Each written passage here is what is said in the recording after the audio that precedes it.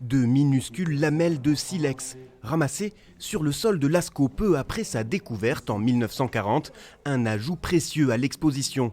Ces objets archéologiques sont longtemps restés éparpillés entre collections privées et différents musées. Ils proposent aujourd'hui un regard nouveau sur le célèbre site.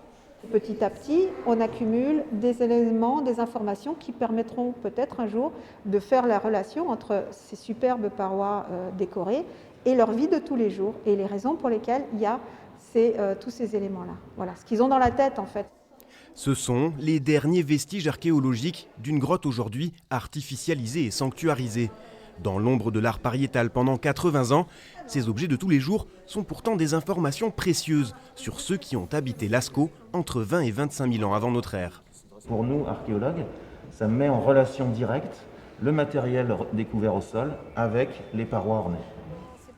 Mathieu Langlais et son confrère Sylvain Ducasse, deux chercheurs au CNRS, sont sur le point de révéler un nouveau secret du site.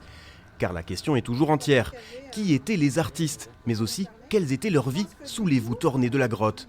Si les peintures sont impossibles à dater à l'heure actuelle, ces petits objets pourraient bien donner quelques indices. Nous avons prélevé des échantillons qui ont été datés au carbone 14 et qui ont donné la date de 21 000 ans. On ne connaissait pas d'art pariétal attribué à cette période.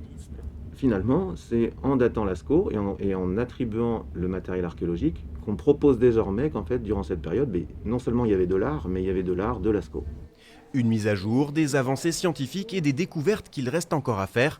L'exposition Lascaux hors les murs montre que la grotte continue de surprendre les chercheurs et que chaque petit pas dans la vallée de l'Homme est un grand pas pour la préhistoire.